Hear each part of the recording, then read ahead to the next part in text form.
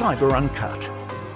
Discover the changing face of business, government and national security as Australia navigates the cyber revolution. Good morning, good afternoon, good evening, no matter what time of the day or night it is, you are tuned in to the Cyber Uncut podcast. My name's David Hollingworth. I am the Deputy Editor of Cyber Daily. I'm joined by my colleague and fellow journalist, Dan Croft. How are you doing? I'm doing good. You had some excitement at Central this morning, didn't you, trying to get into work? Yeah, so I got on the train and they went, nope, train's not going. And there was just a rush of people heading to the metro. I think I saw a bit of that rush when I was on the metro myself, because there was suddenly a crowd coming down the escalators. Yeah. I'm like, oh, glad to miss that one. Yeah. As I was coming down, the doors closed and went, that may have been yours. Almost certainly, yeah. And so luckily I was at the front of the horde and got on. And here I am. Here you are indeed. And okay, let's kick things off. And once again, we're talking about Elon Musk and X and Grok and that entire garbage fire. So what's the latest from Paris? Yeah, so it seems like a lot of the mischief that we've written about over the years of Grok is coming back to bite Musk and X Musk and Grok and all of it. So French police and Europol raided the X offices based in Paris as part of an investigation.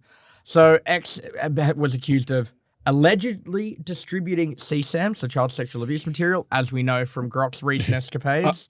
Allegedly. The air quotes are doing a lot of work there. Allegedly. I think they really are, but, that's an investigation, I suppose. I think there's also a bit of a determination whether this is a Grok thing, a user thing, or a X thing. Yeah.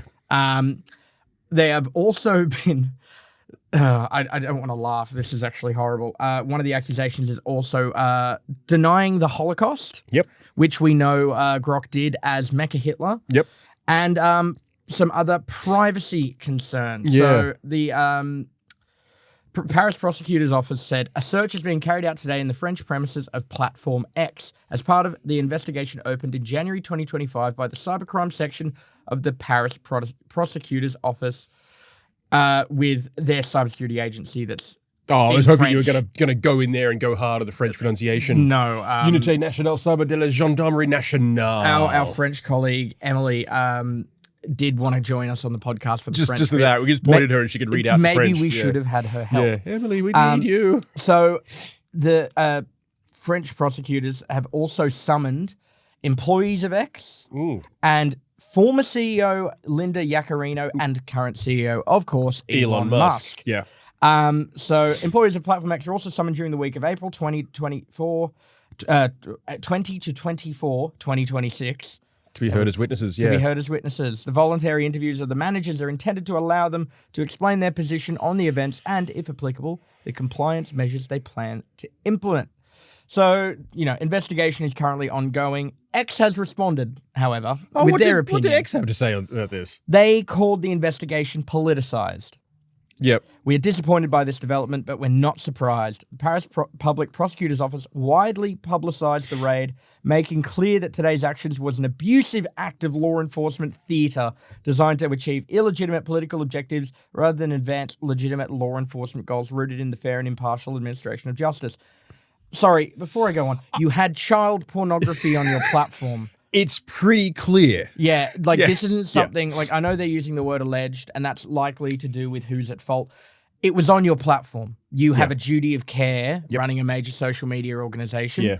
I, am not making the decision, obviously, on this case. So I am going to say, you had documented child pornography on your platform. So, and your greatest action was not to just turn that feature off, but only make it available for paid users in jurisdictions where there is no direct law against it. And if that's not wishy-washy, I do not know what is. You've paywalled it. You've paywalled it and then it's okay, said, we've paywalled our CSAM. Oh, you know what? Grok and X should start selling a VPN. Because then all that geo-locking is just gone out the window. I know, it's kind of crazy. What's interesting is Paris and France isn't alone in doing this. Pedro Sanchez, the president of Spain, came out swinging himself. Yep. And he said on his social media, "We must speak clearly about the management of platforms such as X and the vision of figures like Elon Musk. Freedom of expression is not the right of a magnate to buy the public debate and manipulate it through algorithms that amplify confusion.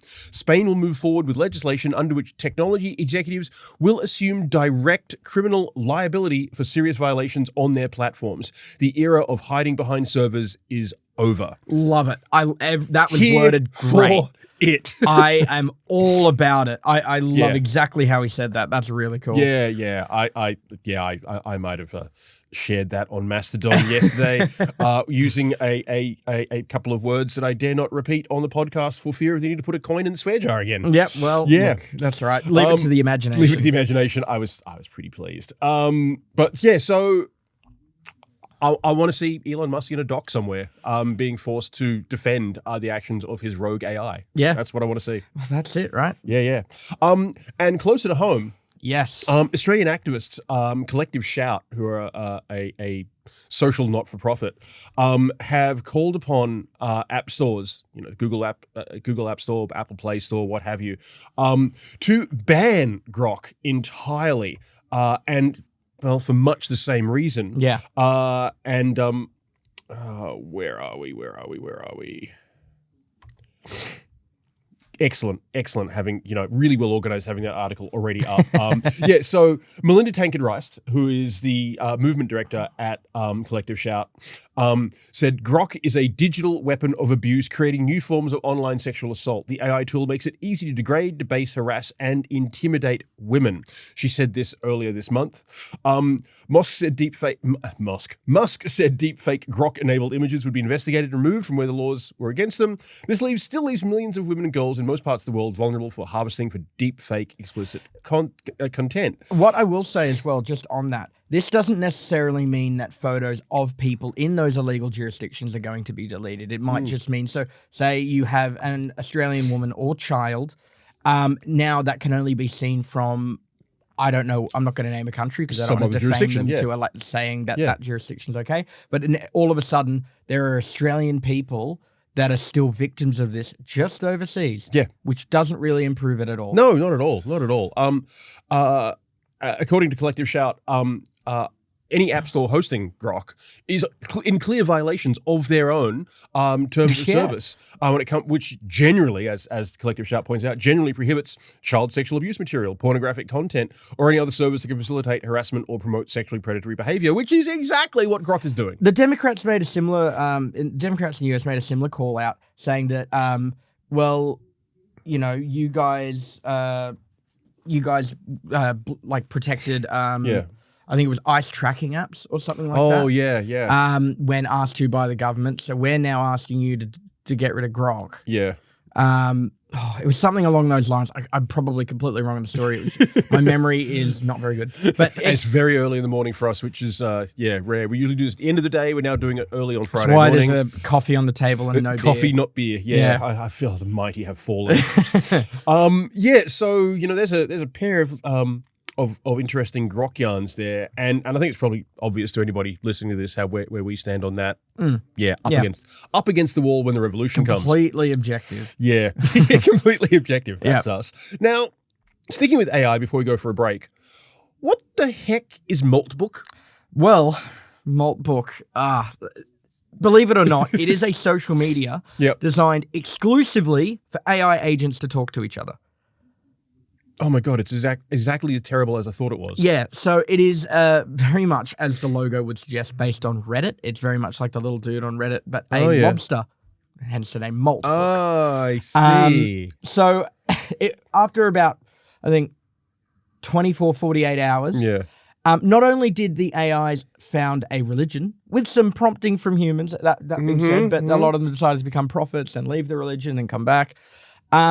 There was also a massive vulnerability exposed that had the potential to leak 1.5 million API authentication tokens, 35,000 human email addresses, and private messages between those AI agents. It also found out that the kind of screening on whether you're an agentic AI or a human is very, very poor. While they said there are 1.5 million registered AI agents, there's no way of measuring that because humans can sign up and act as an AI agent themselves with no way of distinguishing which is which. So it is quite a lot less effective than it puts on. This was according to research by cybersecurity firm Wiz. Yep.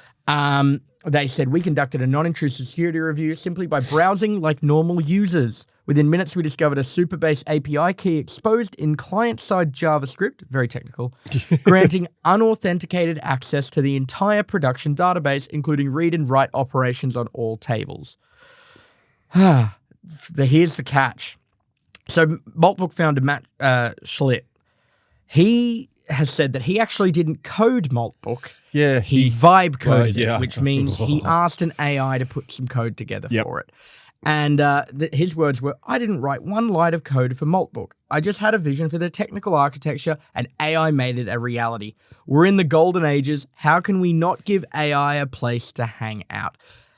No. I've said it a number of times. Stop humanizing AI. Stop humanizing AI. It's not even actual artificial intelligence. No. It's algorithms. Yeah. That's all it is. It's empty chatbots parroting at each other. Yeah. So it's a mass hallucination waiting to happen. Yeah. The only things we've ever reported on humanizing AI have been incredibly harmful, have led to the very, very tragic passing of several human beings. Yep. Let's stop. Let's stop. Let's stop. But yeah, so obviously this vulnerability has now been patched. The team at Wiz reached out to Maltbook, said, hey, here's what's going on. And Maltbook, to their credit, patched it pretty much instantly. It was like they vibe patched it. Yeah, that's my concern. Yeah. But Wiz has said, no, they're all good to go now. Wow. But yeah, it's a great example of how horrifyingly bad vibe coding can go. When it comes to security, please stick to humans. Yeah, please. Absolutely.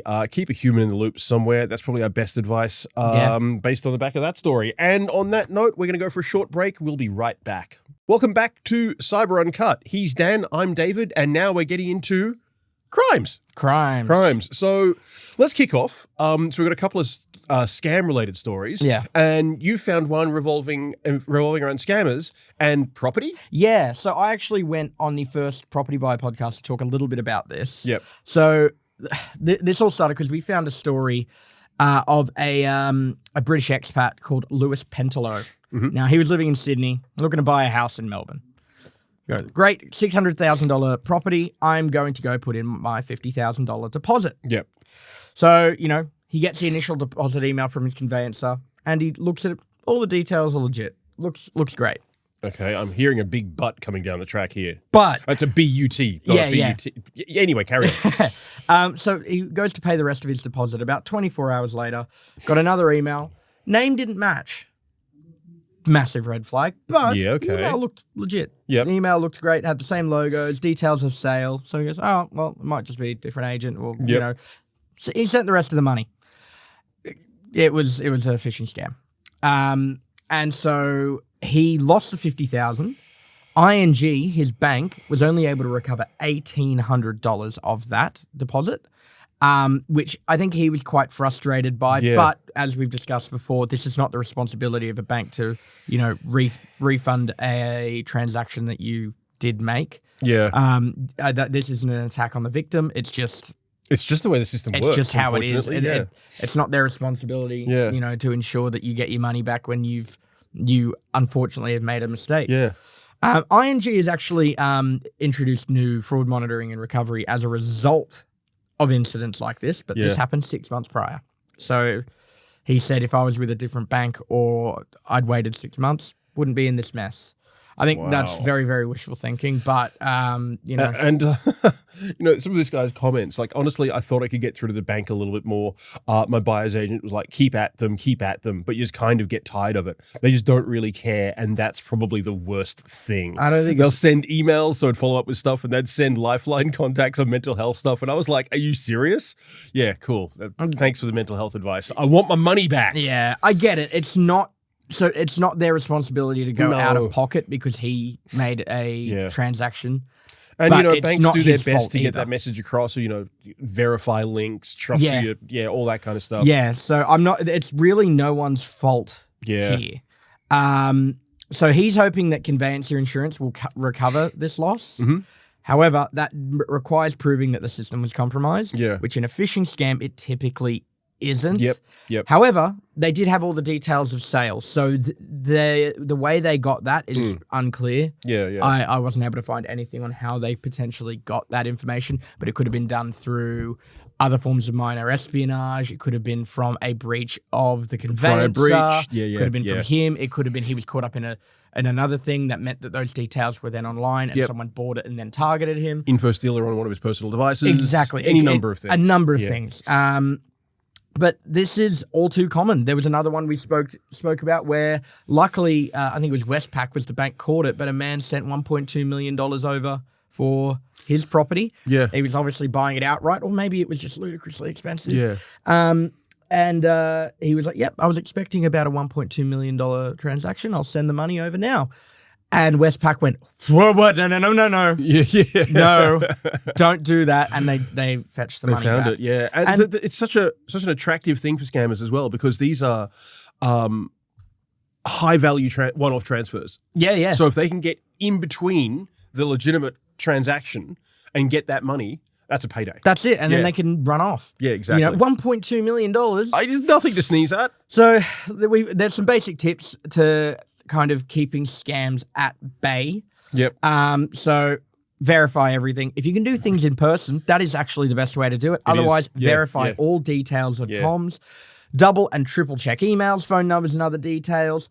Only use secure payment platforms. It can be easily tracked and returned. Yep. If you do identify that you have been scammed, contact the bank immediately. That gives them the best chance of recovering as much of it as possible.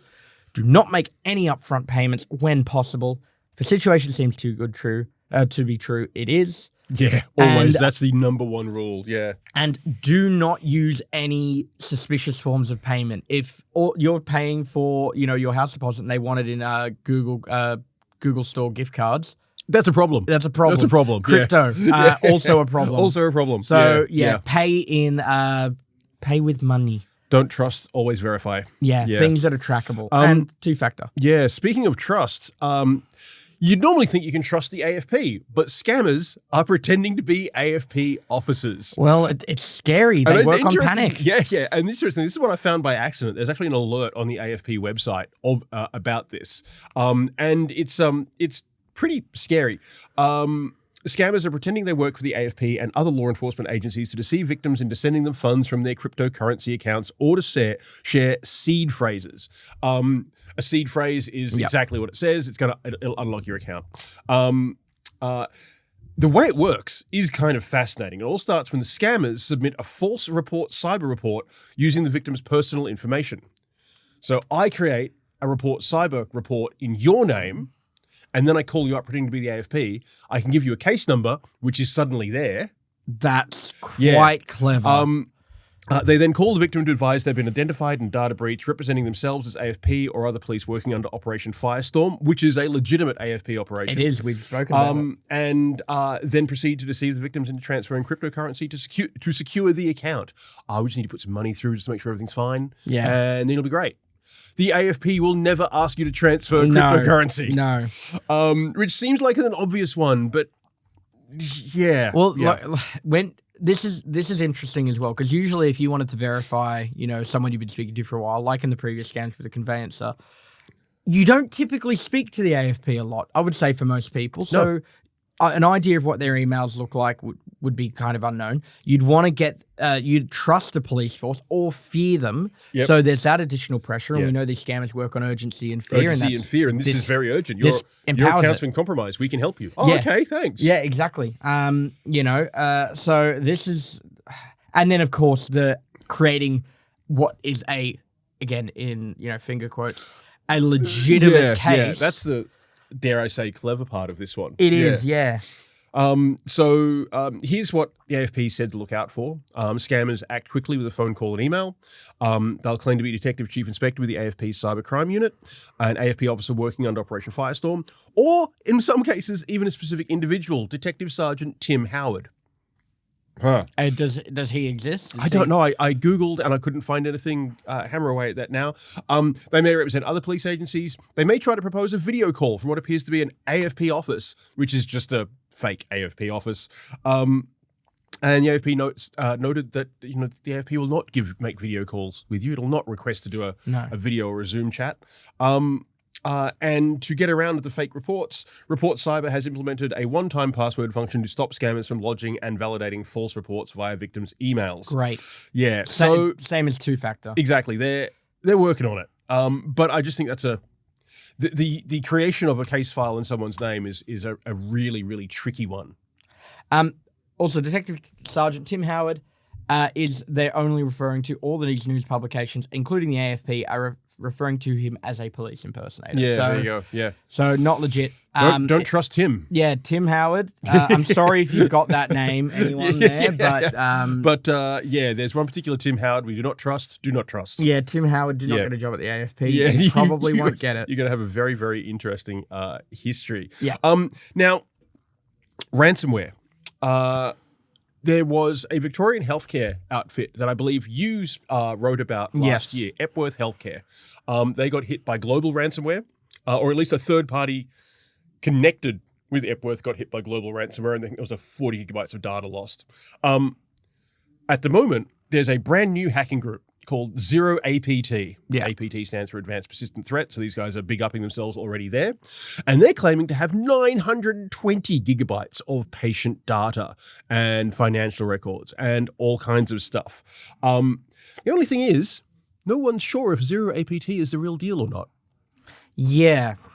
So I contacted Epworth after I saw Zero APT's claims, and here's what Epworth Healthcare had to say. They're aware of an unverified report suggesting that some data held by our organization may have been compromised. The allegation forms part of a broad global report that references multiple organizations.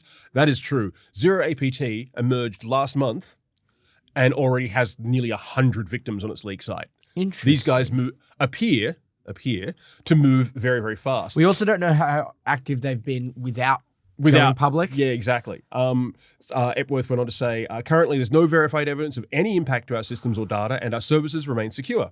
Irrespective, we have activated our extensive cyber incident response protocols immediately. So they're doing everything right at the mere suggestion of a data breach. I don't remember how they were after the first, when I spoke to them last time.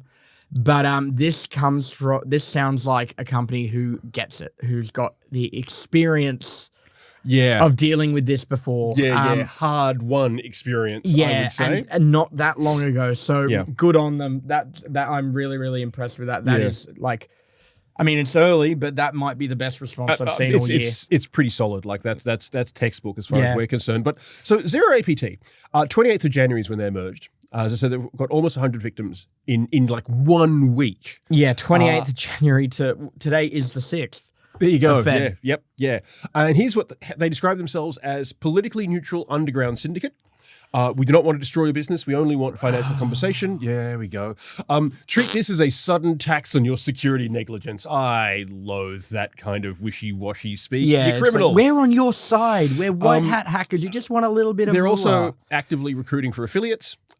They say, we provide the locker, chat support, and negotiation. You bring the target. We offer maximum percentage split on every payment. Okay, cool. It is very much like we're here to help you on one side. Sorry, I'm away from the mic. We're here to help you on one side. Turn to the other people. Hey, if you want to cut this stuff, now, as I said, opinions are mixed on this one. On the one hand, you've got cybersecurity outfit Red Piranha. In one of their most recent threat intelligence reports, they went into deep detail in the way this group operates. Red Piranha is treating these guys as the real deal. Yeah. Analysis of Zero APT's malware reveals a hybrid encryption scheme combining Salsa 20 stream cipher for file encryption with RSA 1024 for key protection. The code shares technical fingerprints with Heron ransomware, which dates back to 2021, including the unusual trait of not appending extensions to encrypted files. Okay, seems legit, right? Yeah. Ransomware.live, which is an open source threat tracker both Dan and I use a lot in our day-to-day work, they've gone the other way. I'm reading their entry now. This group appears unreliable. Most, if not all, of its alleged victims cannot be verified and appear to be randomly selected organizations.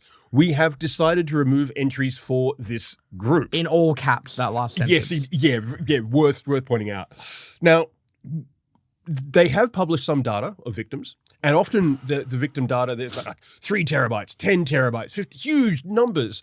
I've not been able to download a single thing, not a single file tree, not a single thing. It either craps out, which could be crappy dark web infrastructure, or it could be the fact that there's nothing to download. Well, the other thing is that Epworth in particular was caught up in that incident last year. Yeah. Now, from memory, they said they weren't at fault. It was from a third party. Yep. Which still doesn't necessarily mean no data compromise. So we don't know exactly how much data crossover there is, or whether that data has just been completely ripped from the previous incident and they're just having another go. Yeah. It's a tough one. So I'm going to be looking at Zero APT's leak site really quite closely to see if anything from Epworth pops up. This is what they say on the leak site for Epworth. To strictly ensure victim privacy, sample data and photographs will be made accessible 24 hours before the leak. Still not seeing any of it. Yeah. Yeah, I've got a gut feeling that they're one of those. Basically, it's a simple extortion thing. They pretend to have someone's data and hope that at least one out of those nearly 100 victims goes, okay, we'll pay. Yeah, I don't want to make any definitive decisions on this yet, but it's a tough one. But I like that Red Piranha has been so active because it's better to be safe than sorry. Oh, yeah. But maybe ransomware.live is right. Maybe they are correct. I mean, here. ransomware what? Yeah. Ransomware.live, I consider to be a trusted source. I do too. And they're tied in with Hudson Rock. Hudson Rock, an Israeli security firm.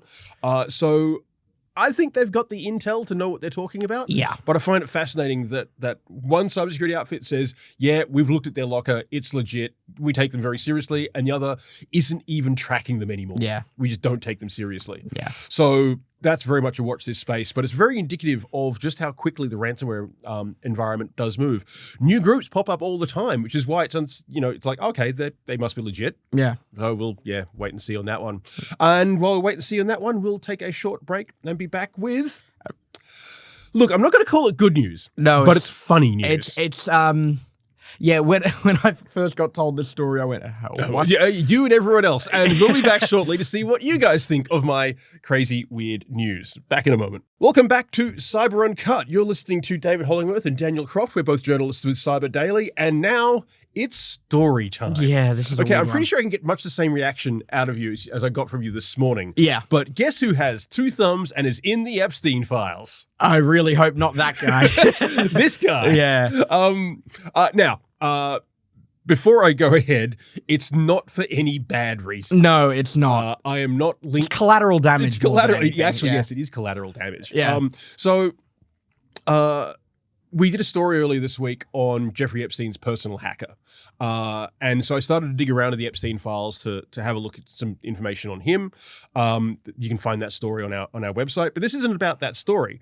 A day or two later, I was watching The Daily Show and Jon Stewart's opening segment. Love him. Where he talks about the fact that he shows up in the Epstein files because someone refers to, Jeffrey, you should maybe do a talk show thing. Someone like Jon Stewart. Yeah. Be good for your image. Yeah. And Stewart's like, someone like Jon Stewart? So I thought, what the hell? And I put my name in. I was very surprised to see something actually come back. And I cannot tell you how that felt. Yeah. Seeing one's own name in the Epstein files.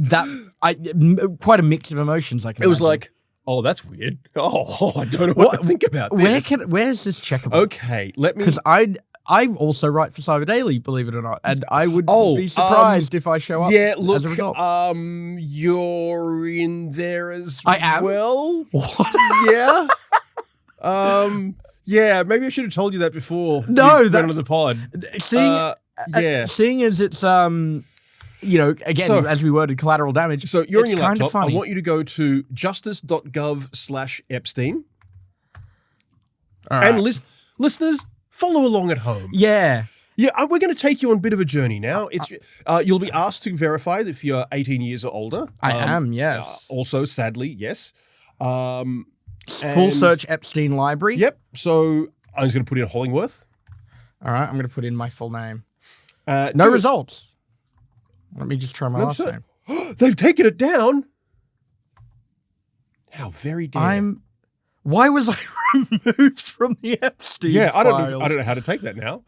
Maybe because they realized that it's not. It could be. It could Refresh seem- the page. Refresh the page. Okay. So full name again. Yep. No results found. Refresh.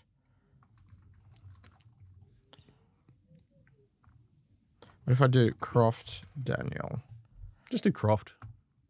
It came up with a bunch of people. I don't know. Right. Okay. So anyway, I'm not. I'm not in there. Oh, I never Liam thought. said he was. Said you were. Oh, I will have to ask him. Yeah, we Because, will. Yeah. But I'm- anyway, so the reason that I'm in, and I think you're in a very similar situation, Yeah. is the FBI sends out daily news briefings to agents, employees, staff, what have you, and this is general news, the FBI in the news. It's basically like a media monitoring service for the FBI to work out what's being said in law enforcement and being said about them. So in the FBI daily news briefing for July 2, 2024, they refer to an article I wrote at the time about an FBI data breach. Yep. And so you can search this document for Hollingworth and Cyber Division, alleged FBI server details and login pages shared on Hacking Forum. Cyber Daily 0702 Hollingworth reported that a member of a popular clearweb hacking forum, yada, yada, yada, yada. Yeah. Yep. Sorry, not to interrupt. I am. You are. Yeah, again, because of my reporting on Cyber Daily. There you go. Yep. I am in. And it's that Security Week newsletter. again. Yeah. Yep. Wow. Sorry, not to interrupt. No, as I said, you are there. Yep. But this, so one, do I get to buy a t-shirt now that says I'm in the Epstein files? I wouldn't wear that. No. But it goes to show just how wide a net the DOJ has cast to get these documents. The only reason this document is included, this particular news brief, is it lists another Epstein article that somebody else wrote. So suddenly, I've been ingested into the Epstein library alongside yourself for nothing to do with Jeffrey Epstein, just that his name is mentioned on the same page. Yeah. That So we are. was yours the Security Week newsletter as well? Shout out Security Week. They do good stuff. But thanks. Yeah. But the FBI reads Cyber Daily. Yeah. Yeah, how's that? G'day. That's probably a better t-shirt than I'm in the Epstein Yeah, files, to be perfectly the honest. FBI Yeah. reads my work. The FBI reads my work. I discovered this Wednesday night, and I told my partner, and she's like, "Babe, you've got to give me more details here." Yeah. Yeah, I hope we preface that enough with it's not what you think. It's not what you think. And I just mentioned it casually in the office yesterday morning, and everyone was like, "You what?" Yeah, HR's Jenny was in the bloodshot office, eyes. and she's like, yeah, for once, Steve's like, I'm not the guy doing the bad thing. Yeah. We love you, Steve. We do. But yeah, so that is just incredibly random. And in case you're curious about Epstein's personal hacker, CrowdStrike ended up in the Epstein files. Yeah. Because this guy ran a company which CrowdStrike bought. Therefore, an FBI informant talked about this guy's relationship with CrowdStrike and the fact he was a director there. The way so many different companies and entities are mentioned is because of just how scattershot this document collection has been. But it's wild. Searching for just random names in that Epstein library is strange because you fall down some serious rabbit holes. Yeah. Yeah. But anyway, there you go. Wow. Yeah. That is insane. That is not something that I ever thought I would be in, and I was really hoping I wasn't, but at least the reason is harmless. The reason is harmless. In fact, I would say it's good because, one of the most competent law enforcement agencies in the world, at least it used to be before it was taken over by Kash Patel. Shout out. Read Cyber Daily, and I think that's kind of deeply weird and cool as well. It is. It is kind of... Wow. Yeah. I've just messaged one of my friends just being like, Yeah. or a group of friends being like, hey, here's all the preface, by the way. Yeah. So as a result, I'm in the Epstein files. Yeah, what a time to be alive, huh? Wow. Okay. I can't believe that. I'm not going to say I've made your day, but I've certainly done something to your day. It's made my day weird. Good. Welcome to the club. Yeah. Look, on that note, I don't recommend anybody out there search for their name in the Epstein files. You never know what you might find. But if you're a journalist like us, chances are you could be in there in some way or form. Look, we got people from TechCrunch. I read them all the time. PC Mag, Forbes, CSO Online. These are all reputable publications. Security Week. Who rock up purely because people are paying attention. Yep, the Associated Press. Well, I mean, yeah, of course they will. You know. So I think that's enough for us. It's very early morning, and I think I need a second coffee already. Thank you for listening. This has been the Cyber Uncut podcast. You can find Daniel and I online at cyberdaily.au, and you can find Daniel at aidaily.au, our sister publication. Mm-hmm. You can find us on LinkedIn, on various social medias. Sign up to the newsletter on our website, and we'll be back next week. Or more accurately, you and Bethany will be back next week. We will, because I'll be in Montreal with Genetech. Yeah, I will super be exciting. freezing my tiny little butt off. My partner's parents have just gone over to Scotland, so, similar distance north. And I think it is 4 degrees feels like -2. It's going to be 4 below during the day and 10 below during the evening while I'm there. So if I come back missing a few fingers, that's going to be why. Oh, well, enjoy. Yeah, I will. Okay, I'll be back in a fortnight. Daniel will be back next week. See you later.